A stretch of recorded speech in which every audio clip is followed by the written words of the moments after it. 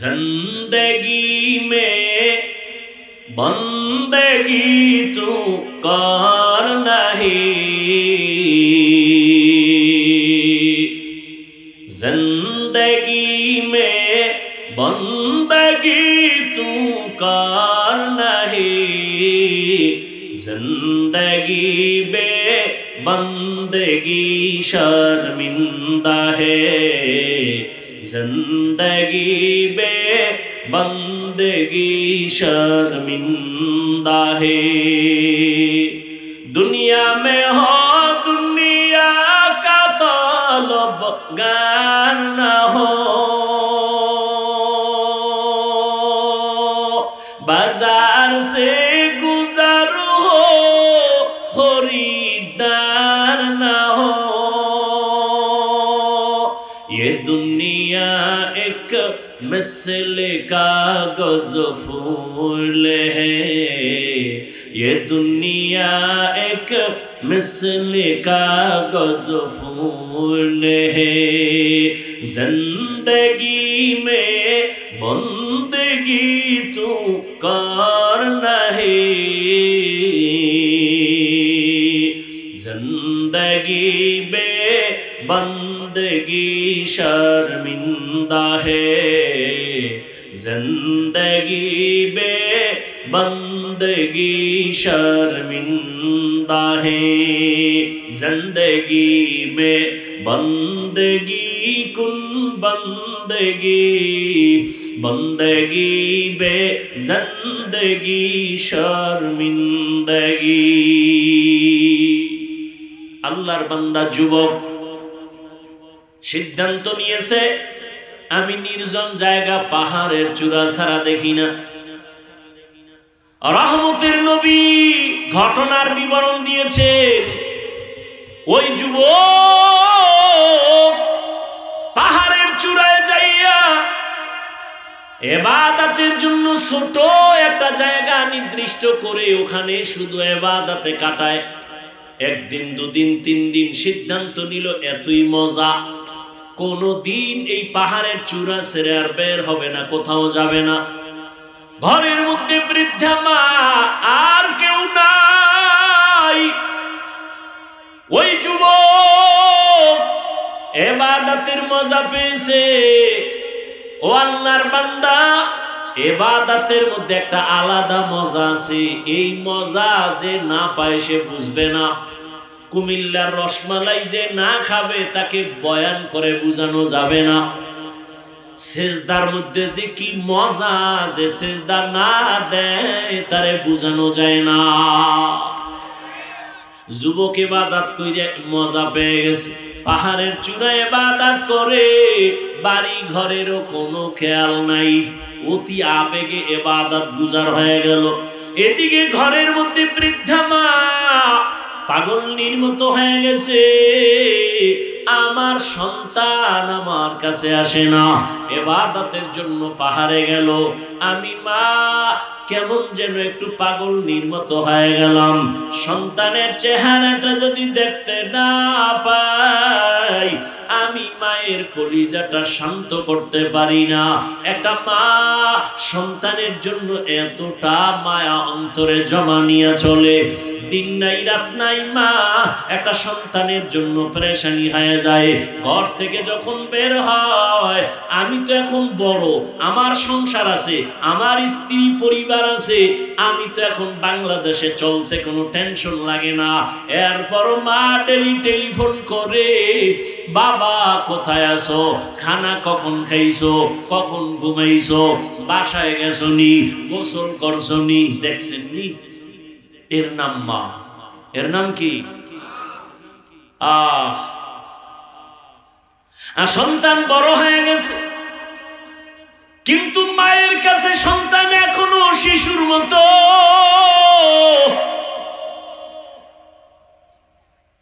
আমার এত সম্মান, কিন্তু মা যতই মানুষ আমারে বড় মনে করে, মায়ের কাছে আমি শিশুর মতো। আপনিও শিশুর মতো। ঘর থেকে বের হইয়া গেলে না আসা পর্যন্ত মায়ের অন্তর স্থির থাকে না।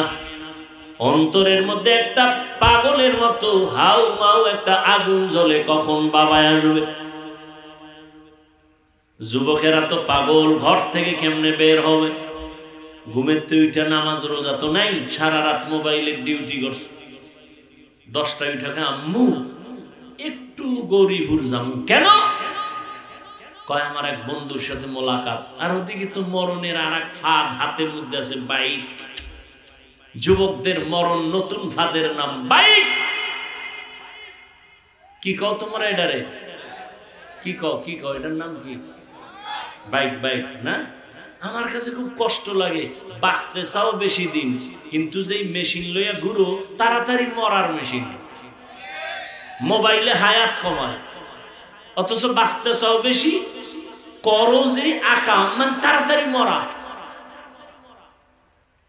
বাসায় যাইয়ে গুগলে সার্চ দিও, টাচ মোবাইল দেখলে কি কি শরীরের অঙ্গ প্রত্যঙ্গের ক্ষতি হয়, ডিটেলস ওখানে লেখা আছে। চিকিৎসা বিজ্ঞানীরা বলেছে।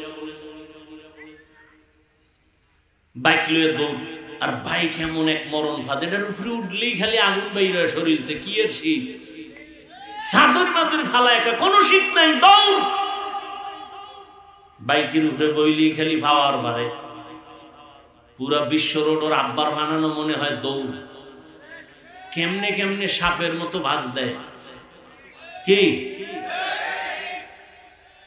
মনে হয় আসমান থেকে নতুন। এরপর যদি পিছনে কোনো আবার বিপরীত পার্স থাকে তো আরো গরম। এই ছেলে, মা কয় আসবি কখন? কয় 1 ঘন্টা, গরিপুর থেকে চলে আসবো। মা তো কাজ করতেছে, কান সজাগ আছে, আমার সন্তান গরিব দিকে তাকায় 1 ঘন্টার মধ্যে চলে আসবে। 1 ঘন্টা চলে গেল, 2 ঘন্টা চলে গেল, 3 ঘন্টার সময় মায়ের অন্তরে একটা বাড়ি মারছে। মা মোবাইলটা নিয়ে টেলিফোন করে, বাবার কাছে কেউ ধরে না। দীর্ঘ টাইম মোবাইল করার পরে হঠাৎ কে যেন রিসিভ করে বলে, কে তুমি? বলে মোবাইলওয়ালার মা। কারোর বাবা নাই, কাছে বাবার কাছে দাও। বাবা মোবাইলটা কানে লাগায়, কয় কে তুমি? বলে তুমি কে? বলে আমি মোবাইলওয়ালার বাবা। বাড়ি কই? বলে আমার বাড়ি গাজীপুরের থেকে ভিতরে এখানে। তাড়াতাড়ি চলে আসো গরিপুর বাজারে, সন্তানের লাশটা নিয়ে যাও। বাইক রাস্তার এক পার্শ্বে পড়ে আছে, লাশ আর এক পার্শ্বে, মাথা থেকে রক্তক্ষরণ হচ্ছে, তাড়াতাড়ি নিয়ে যাও। বানায় বললাম। ইদানিং কালে যত মরণের খবর, অধিকাংশ সুস্থ মানুষ আর যুবকের লাশ বেশি।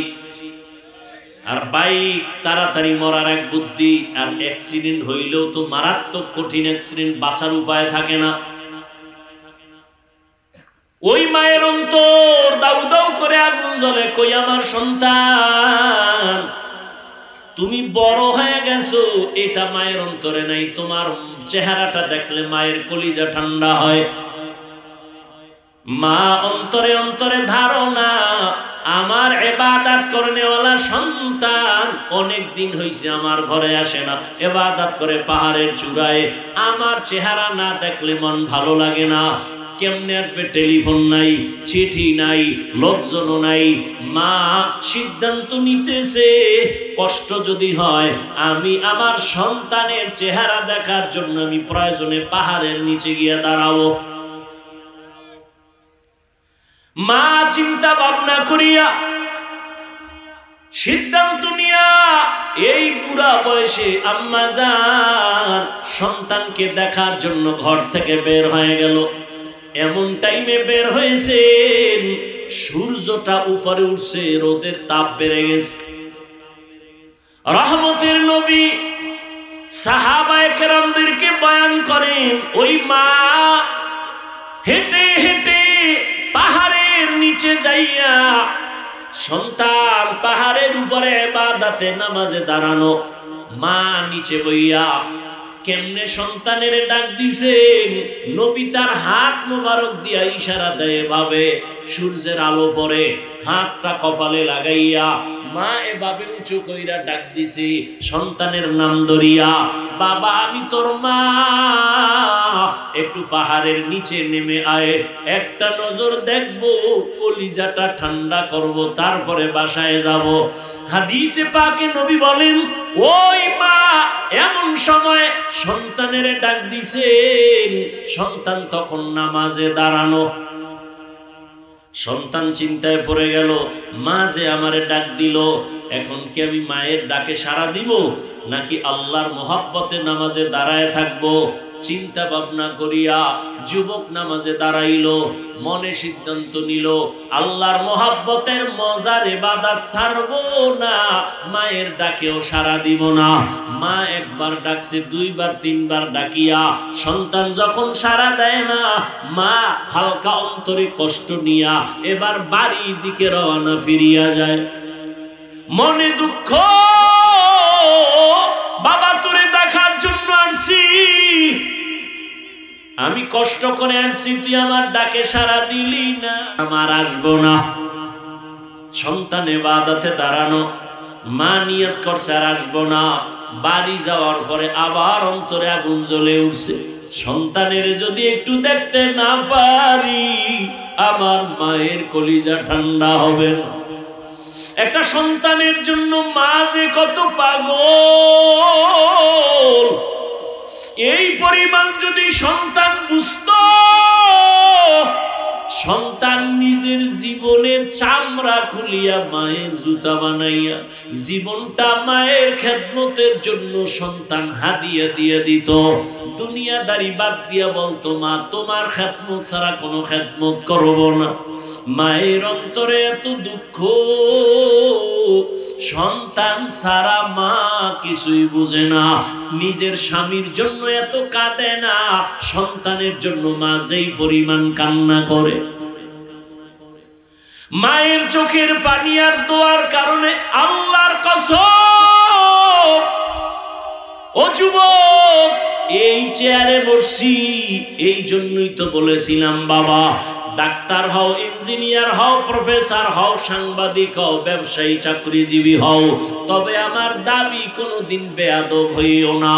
তোমার ব্যবহারে কোনোদিন যেন মা বাবা কষ্ট না পায়, তোমার আচরণে কোনোদিন যেন তোমার শিক্ষক কষ্ট না পায়, তোমার ব্যবহারে কখনো যেন আলেম ওলামারা কষ্ট না পায়। কারণ লিখে রাখো বাবা, মা বাবায় যদি তোমার ব্যবহারে কষ্ট পায় বরদোয়া চলে আসবে। বরদোয়া হাত উঠাইয়া করতে হয় না, আহ এই যে দুঃখ নিয়ে বলবে আহ, এটা একটা আগুন, আর ওই আগুন তোর কপালে লাগলে তুই শেষ, মরার আগেই শেষ। মা বাবার বরদোয়া লাগলে জীবনটা পঙ্গু হয়ে যাবে মরার আগে। শিক্ষকের অন্তরে যদি ব্যথা লাগে, কষ্ট পায়, বরদোয়া চলে আসবে, লেখাপড়ার জীবন নষ্ট হয়ে যাবে। ওলামায়ে কেরামের যদি কষ্ট দাও, তাদের অন্তরে কষ্ট লাগলে বরদোয়া যদি চলে আসে, তোমার চরিত্র জিন্দেগির হাত ছাড়া হয়ে যাবে। এজন্য মা বাবার দোয়া নাও, শিক্ষকের দোয়া নাও। ডাক্তার হলেও তোমার জীবন সফল, আলেম ওলামাদের নেক নজর নাও, তোমার জীবন সফল হবে। জেনারেল লাইনে থাকিও তুমি ইঞ্জিনিয়ার হলেও তোমার সুনাম হবে সারা দেশব্যাপী। কবি নজরুলের ইতিহাস পড়ো, ওই কবি নজরুল তো মা বাবার দোয়ায় বড় দামি হয়ে গেল, সময়টারে মূল্যায়ন করেছে। তোমার মতো যদি সারা দিন রাত্র মোবাইলে গুনাহ করত, জীবনে কবি নজরুল হতে পারত না। চরিত্রহীন আল্লাহর কসম কোনদিন বড় হতে পারবে না। যে লাইনে থাক, যার চরিত্র ঠিক নাই, ওকে পৃথিবীর কেউ সম্মানের জায়গা দিবে না। সম্মানের চেয়ার পেতে হলে দুইটা পুঁজি লাগবে, সুস্থতা আর সুন্দর চরিত্র। এই দোনোটা নষ্ট করে মোবাইল। মোবাইল কিডনি নষ্ট করে, ব্রেন নষ্ট করে, হার্ট দুর্বল করে, চোখের পাওয়ার নিয়ে যায়, কানের পাওয়ার নিয়ে যায় মোবাইল। তা তোমাকে অসুস্থ বানিয়ে ফেলতেছে এই মোবাইল, আর চরিত্র তো নাই। আর চরিত্র ঠিক না থাকলে পৃথিবীর কেউ তোমাকে সম্মানের জায়গায় বসাবে না। এজন্য মা বাবার দোয়া, শিক্ষকের দোয়া, উলামায়ে কেরামের নেক নজর যদি তুমি নিতে পারো তোমার জীবন ধন্য হবে। এবার একটু তুমি চোখ বুলাইয়া খেয়াল করো, তোমার মতো কত যুবক জীবনে কোনোদিন মাদ্রাসায় পড়ে নাই, চাকরি জীবনে কোনোদিন আলিফ বাতাও শিখে নাই, এমন যুবক জেনারেল লাইনে থাকিয়া তোমার মতো বান্দা স্কুলে পড়ে, কলেজে পড়ে, চাকরি করে, ব্যবসা করে, 5 বেলার নামাজ পড়ে নাই। র‍্যাব, আর্মি, পুলিশ, বিডিআরের চাকরি করে, নামাজি অভাব নাই। তুমি কেন পারবা না রে যুবক? তোমার মতো যুবক রাস্তায় গাড়ি চালায়, নামাজ ছাড়ে না, বলো বাবা তুমি কেন পারো না? তোমার মতো যুবক তাকায় দেখো ব্যবসা করে, নামাজি, তুমি কেন পারবা না? জানি না কার কপাল বড় খারাপ, কার বরদোয়া তোমার কপালে লাগছে তা জানা নাই। এখনো সময় আছে, তওবা করে নাও। মা বাবার দোয়া ছাড়া আল্লাহর কসম কোনোদিন সফলতা আসবে না। ওই মা আজকে ডাক দিয়া ফিরিয়া গেল, সন্তানের পাইল না। বাড়ি যাইয়া বসার পর আবার মায়ের অন্তরে জ্বালা শুরু হয়ে গেল, সন্তানের না দেখলে অন্তর আমার শান্ত হবে না। মা আর কয়েকদিন পর আবার সিদ্ধান্ত নিল, আমার সন্তানটাকে গিয়ে আবার আমি পাহাড়ের নিচে গিয়া ডাক দিব। মা আজ এই সিদ্ধান্ত নিয়া সকাল 10টার পরে সূর্য যখন উপরে উঠলো, মা চলে গেল হেঁটে হেঁটে পাহাড়ের নিচে যাইয়া আবার ডাক দিছে, বাবা আমি তোর মা, পাহাড়ের নিচে আসছি, একটু আয়, চেহারাটা আমার একটু দেখায় দে, আমি মা তোর চেহারাটা দেখবো, এক নজর দেখিয়া চলে যাব। আজও সন্তান নামাজে দাঁড়ানো, নামাজে দাঁড়ায় ভাবতেছে আমি কি মায়ের ডাকে সাড়া দিব নাকি আল্লাহর মুহাব্বতে নামাজেই দাঁড়ানো থাকবো। চিন্তা করে এক পর্যায়ে সিদ্ধান্ত, মা আমাকে ডাক দিছে, তবে আল্লাহর মুহাব্বতের ইবাদতের মজা ছাড়বো না। আজও মা দ্বিতীয় দিনের মতো কষ্ট পাইয়া মা এবার শেষ পর্যায়ে বাড়ির দিকে চলে যায়। সন্তান মায়ের ডাকে আজও সাড়া দেয় নাই, ইবাদতে পাগল হয়ে গেছে, নামাজে দাঁড়াইয়া আল্লাহকে ডাকতেছে, হে মালিক তোমার ইবাদতের মজা আমাকে ভিন্ন হতে দেয় না। মা আজও দুঃখ নিয়ে বাড়িতে চলে গেল। রহমতের নবী হাদিসে পাকে ঘটনা উল্লেখ করেছেন, মা 2 বার কষ্ট পাইয়া চলে গেল। মা এবার সিদ্ধান্ত নিল আর সন্তানের কাছে আসবে না। সন্তান তো ইবাদতের মজা পাইয়া মায়ের ডাকে সাড়া দেয় না। বাড়ি যাওয়ার পরে আবার কিছুদিন হয়ে গেল, মায়ের অন্তরে আবার জাল শুরু হয়ে গেল, দাউ দাউ করে আগুন জ্বলে, সন্তানের বিরহ, চেহারাটা দেখতে পারি না, মুহাব্বতের টান। মা এইবার সিদ্ধান্ত নিতেছে, এবার আর একদিন আমি যাব, সন্তান যদি শেষবারের মতো আমার ডাকে সাড়া না দেয় আর কোনোদিন আমি সন্তানের নিয়ে চিন্তা করব না। মা দুঃখিনী এভাবে করে করে আর একদিন রওনা হয়ে গেল। হেঁটে হেঁটে যাইয়া আবার পাহাড়ের নিচে দাঁড়াইয়া মা ডাক দিয়ে কয়, সন্তান 2 দিন পর্যন্ত এসে ফিরে গেছি, আজ আমি আসছি, আজকে একটু আমারে দেখা দাও, এক নজর তোমারে দেখে চলে যাব। আমি মা তোমারে নিয়ে জীবনে কত কষ্ট করেছি, আমি মা না খাইয়া তোমারে খানা খাওয়া বড় বানাইছি, আজ আমি মায়ের ডাকে সাড়া দাও না, আমি মা নিজেরে কন্ট্রোল করতে পারি না। আজ আমি 3য়বার বুড়ো মানুষ, কত কষ্ট করে আসছি,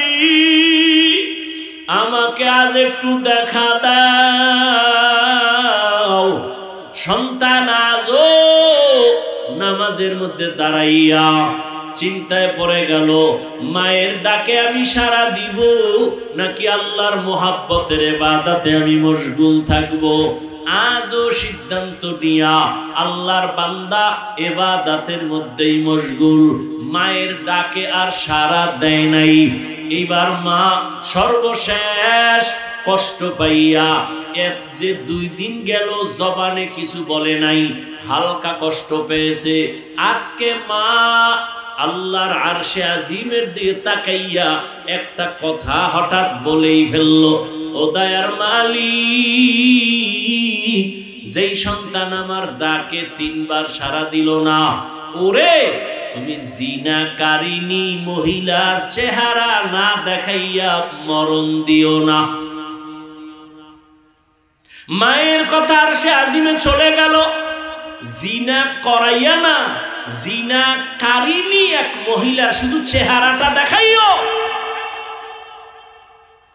এইটা আপনার আমার জন্য কোনো বরদোয়া, কোনো কিছু? সারাদিন বেগানার চেহারা যদি দেখতেই থাকো, এটা তো কিছুই না। আর মা এরকম একটা কথা বলছে যে আমার ছেলে জিনাকারিনী মহিলার চেহারা না দেখে যেন মরে না। কিন্তু ছেলের জন্য এটা কঠিন এক অভিশাপ। মায়ের কষ্ট তো আরশে আজিমে কবুল হয়ে গেল। আল্লাহ পাকের পক্ষ থেকে মায়ের দোয়ার ফলাফল আসতেছে। এলাকার মানুষগুলো সবাই আনন্দ করে, বলে আমাদের এলাকায় বুজুর্গ পাহাড়ের চূড়ায় ইবাদত করে, তার মতো ভালো বুজুর্গ কেউ নাই। খবরটা এলাকায় ছড়ায় গেল। যুবক মানুষ আল্লাহর ইবাদতে পাহাড়ে গিয়া আল্লাহকে ডাকে, দুনিয়াদারি বাদ দিছে। ওই এলাকায় এক সুন্দরী মহিলা, খবরটা কানে আসলো। আসার পরে বলে, তুমগো বুজুর্গ কেমন? বলে অনেক দামি, অনেক ইবাদত গুজার। বলে তোমার বুজুর্গগিরি আমি 1 মিনিটে নষ্ট করে দিতে পারি। সবাই চ্যালেঞ্জ দিল, না তুমি কোনোদিন পারবা না। এলাকার সবাই জানে এই মহিলা অনেক সুন্দরী এবং চরিত্রহীনা। মহিলা চ্যালেঞ্জ নিয়া চলে গেল কোন পাহাড়ে? বলে ওই পাহাড়ের চূড়ায় আমগো আল্লাহর বান্দা ইবাদত করে। মহিলা একা একা পাহাড়ের চূড়ায় চলে গেল। পাহাড়ের চূড়ায় গিয়া দেখে ছোট একটা ঝুপড়ির মধ্যে যুবক আল্লাহর বান্দা নামাজে দাঁড়ানো।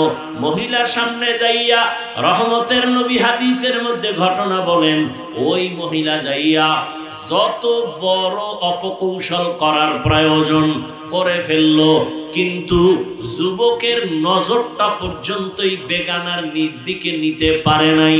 মহিলা এক পর্যায়ে ব্যর্থ হইয়া বের হয়ে চলে গেল নিচে নাইমা। এই পাহাড়ের পাশেই আবার একটা চেটিয়াল খোলা ময়দান, এক রাখাল বকরি চড়ায়। ওই হারামি গুনাহগার জিনাকারিনী মহিলা চলে গিয়ে ওই রাখালের সাথে প্রেম নিবেদন করে, ওর সাথে জিনা করলো। গর্ভের মধ্যে একটা বাচ্চা, অবৈধ বাচ্চা চলে আসলো। অবৈধ বাচ্চাটা এক পর্যায়ে যখন দুনিয়াতে আসলো, ওই বাচ্চাটারে কোলের মধ্যে নিয়া ওই জিনাকারিনী মহিলা এলাকায় ঘুরে ঘুরে কয়, তোদের পাহাড়ের চূড়ার বুজুর্গের কোনো ইবাদতের দাম নাই কেন? বলে তোদের বুজুর্গ আমার সাথে জিনা করেছে, এই যে তার বাচ্চা দেখো। মহিলা জিনা করছে ওই বুজুর্গের সাথে। কার সাথে? রাখালের সাথে। মহিলা এলাকায় ঘুরে ঘুরে বলে, তোমগো বুজুর্গ আমার সাথে জিনা করেছে, এই নাও তার বাচ্চা। এলাকার মানুষগুলো মাথা গরম হয়ে গেল। আমাদের বুজুর্গর এত সুনাম, এত মোহাব্বত করি, সে এমন অন্যায় করবে মেনে নেওয়া যায় না। লোকজন রেডি হইয়া লাঠি ছোটা হাতে নিয়ে দৌড়ায়। পাহাড়ের চূড়ায় গিয়া তার খানকা ভেঙ্গে দিল। যখন একজনে তার শরীর টাচ করলো, দাঁড়ায় কয়, দাঁড়াও, আমার শরীর টাচ করছো কেন? বলে তোমার বুজুর্গগিরি মানি না। কেন? বলে তুমি বড় চরিত্রহীন। কেন? বলে আমাদের এলাকার সুন্দরী নারী, তার সাথে তুমি জিনা করেছো।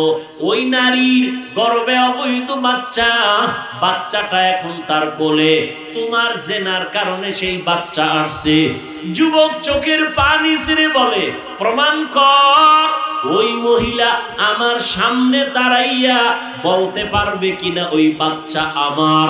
বলে হ্যাঁ পারবে। কয় মহিলাকে নিয়ে আসো। মহিলা যদি বলতে পারে ওই বাচ্চা আমার, যে বিচার হয় মেনে নিব। আর যদি বলতে না পারে তোমরা আর অপবাদ দিবা না, আগে চুপ থাকো, মহিলাকে আনার ব্যবস্থা করো। লোকজন সবাই চলে গেল।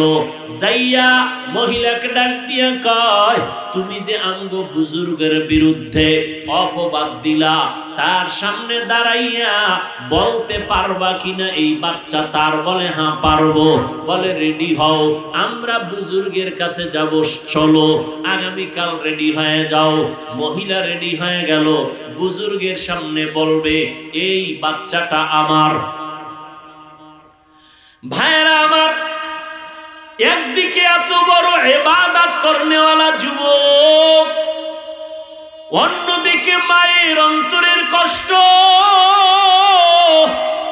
আল্লাহর আদালত থেকে সব ফয়সালা চলে আসে।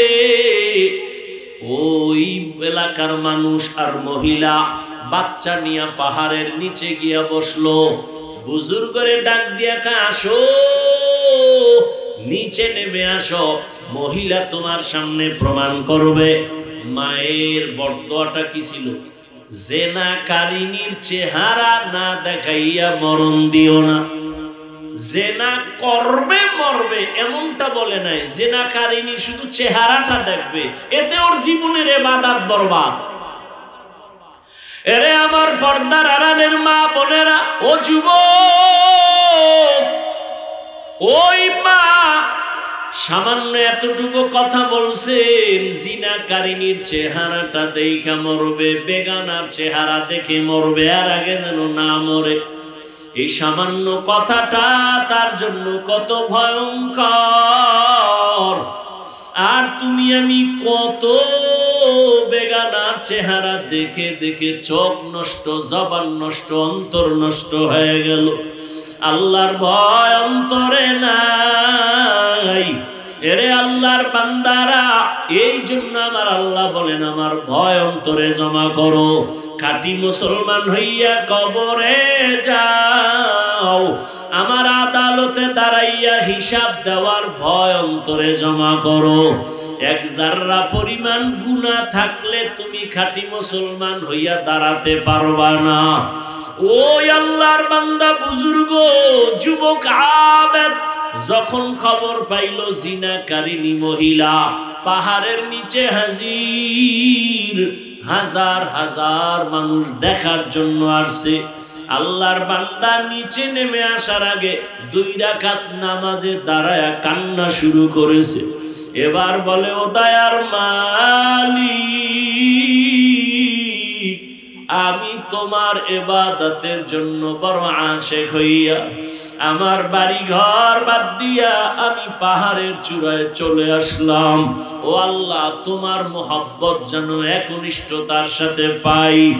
দুনিয়ার লোক, দুনিয়ার সব বাদ দিয়া তোমার মোহাব্বত পাওয়ার জন্য এখানে আসছি। নির্জনে তোমারে ইবাদত করব, ডাকবো। কিন্তু আজ আমার কপালে কি আসলো বুঝি না। তবে আমার মনে হয় আমার মা বুঝি অন্তরে কষ্ট পেয়েছে। ওই মা 3 দিন আমাকে দেখতে আসছেন। আমি তোমার মোহাব্বতে এতটাই মশগুল, আমি আমার মায়ের ডাকে সাড়া দেই নাই। মনে হয় আমার মা অন্তরে ব্যথা পেয়েছে। আজ আমার উপরে না হয় এই বিপদ কেন আসবে, জিনার অপবাদ কেন আসবে? ও আল্লাহ, আমি আমার বৃদ্ধা মায়ের কাছে গিয়া ক্ষমা চাইব।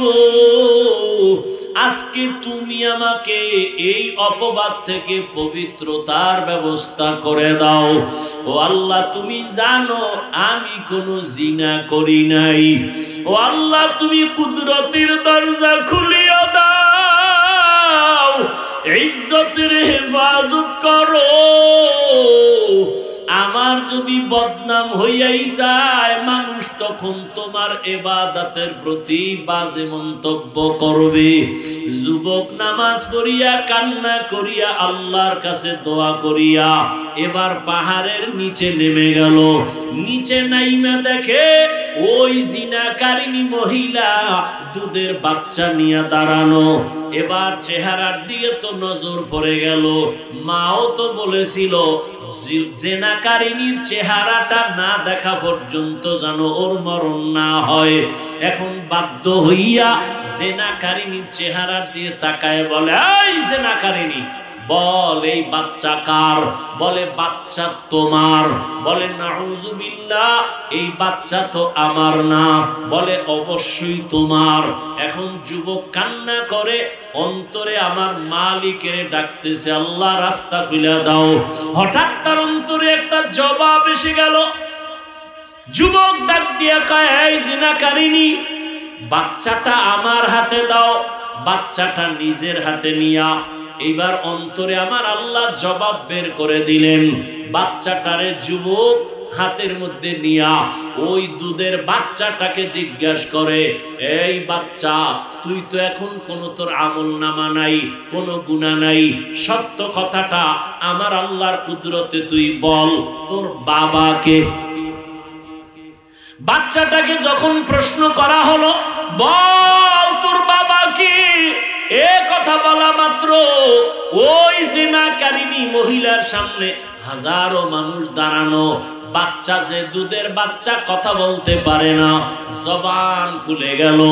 বাচ্চা ডাক দিয়া কয়, আমার বাবা হলো ওই মাঠের রাখাল, আমার বাবা ওই রাখাল।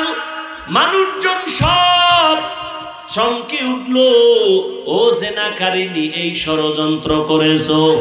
আর ওই যুবক পেরেশান দৌড়ায় গেছে মায়ের কাছে, ও আমার কলিজার মা, তোমার দোয়া ছাড়া আমার সফলতা আসবে না, তুমি আমাকে মাফ করে দাও, আর জীবনে তোমার সাথে বেয়াদবি করব না।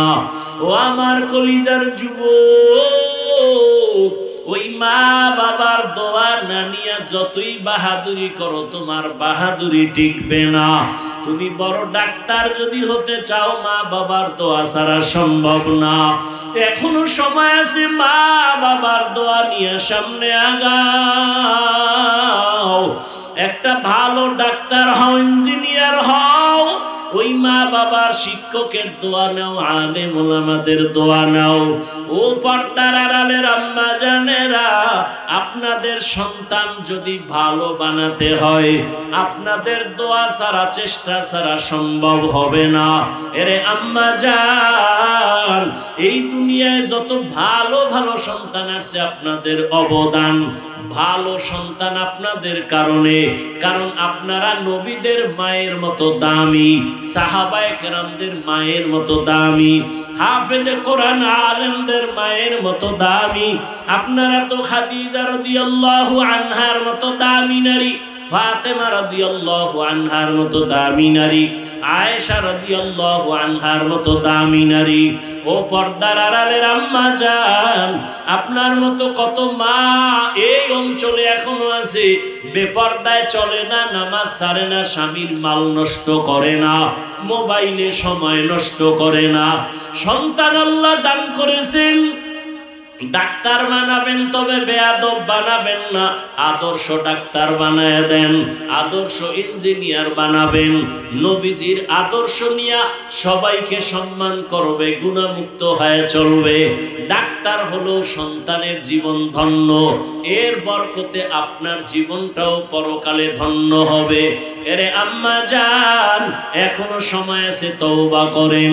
জীবনে তো বেপরদায় কম ঘুরলেন না, আজকে থেকে নিয়ত করেন আর বেপরদায় চলবেন না, স্বামীর মাল খেয়ানত করবেন না, আর কোনোদিন সন্তানকে লাইন ছাড়া চালাবেন না, মোবাইলে সময় নষ্ট করবেন না। আমার যুবক বাবারা, এখনো সময় আছে, তওবা করে নাও। দুনিয়ায় কতদিন আর থাকবা? চোখের সামনে শুধু লাশ আর লাশ, গাড়ির নিচে যুবকের লাশ, পানির নিচে ঘুমের বিছানায় যুবকের লাশ। আল্লাহর কাছে তওবা করে নাও, মনের বুঝাও রে মন, জীবনে তো দাড়ি কম কাটলাম না, নামাজ কম সারলাম না, বেপরদায় কম চললাম না, আর জীবন কতদিন আছে জানা নাই। আজকে থেকে তওবা করে নাও, জীবনে আর নামাজ সারবা না, দাড়ি কাটবা না, বেপরদায় চলবা না। মা বাবার দোয়া নিয়া, শিক্ষকের দোয়া নিয়া, উলামায়ে কেরামের পরামর্শ নিয়া, নবীজির আদর্শ মেনে চলবা। তওবা করার মতো যদি অন্তর তৈরি হয়, খাঁটি তওবার নিয়ত যাদের আছে, দুটো হাত আল্লাহকে দেখাইয়া দাও। আয় আল্লাহ, হাতগুলো কবুল করে নেন, তওবা কবুল করে নেন। আয় আল্লাহ, গুনার কারণে ফিরাইয়া দিয়েন না রে মালিক, মেহেরবানি করে আমাদের তওবা কবুল করে নেন। তওবার উপরে মজবুত হইয়া চলার মতো তৌফিক দান করেন, আমিন। আলহামদুলিল্লাহি রাব্বিল আলামিন, والصلاة والسلام على سيد الأنبياء والمرسلين وعلى آله وأصحابه أجمعين يا أرحم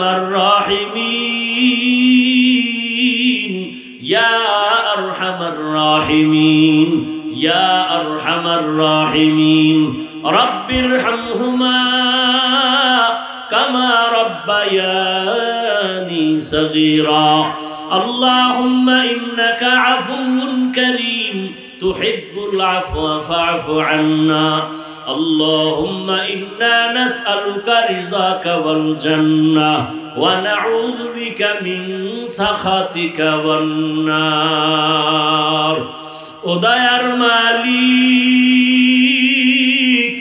গুনাহের বোঝা নিয়ে আপনার দরওয়াজায় হাজির।